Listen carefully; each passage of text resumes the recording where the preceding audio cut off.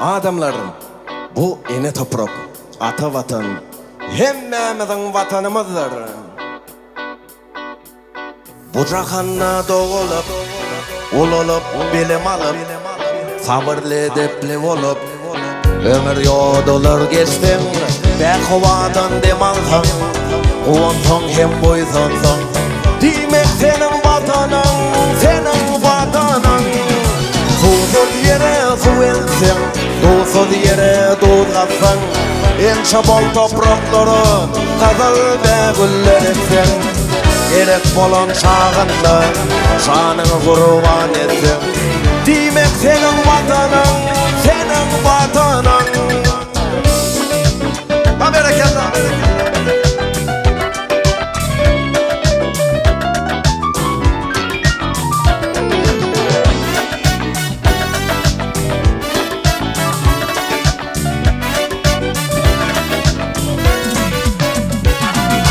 Şahıylık dövrün geçip, bozulup gelen vakti, perzentlerin yanında, aktıkların önünde, hemmi ağdı bir olup, var kaşığı hizmet etsin. Demek senin vatanın, senin vatanın. Susuz yere su versin, susuz yere doğulgasın, en çabal toprakları kazal ve güller etsin.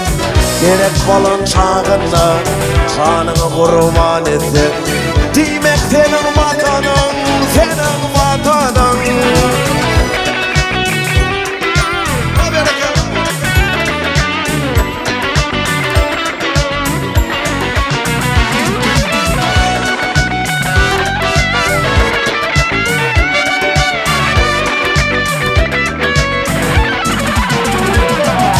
Bir taraflığı kovanıp, madam koravda olsa, bir varı dayanıp, yaxşı diligler etsin.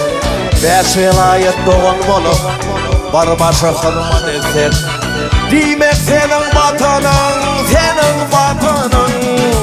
Susuz yere su elsin, susuz yere doğulgasın, en çabal toprakları kazal ve güller etsin.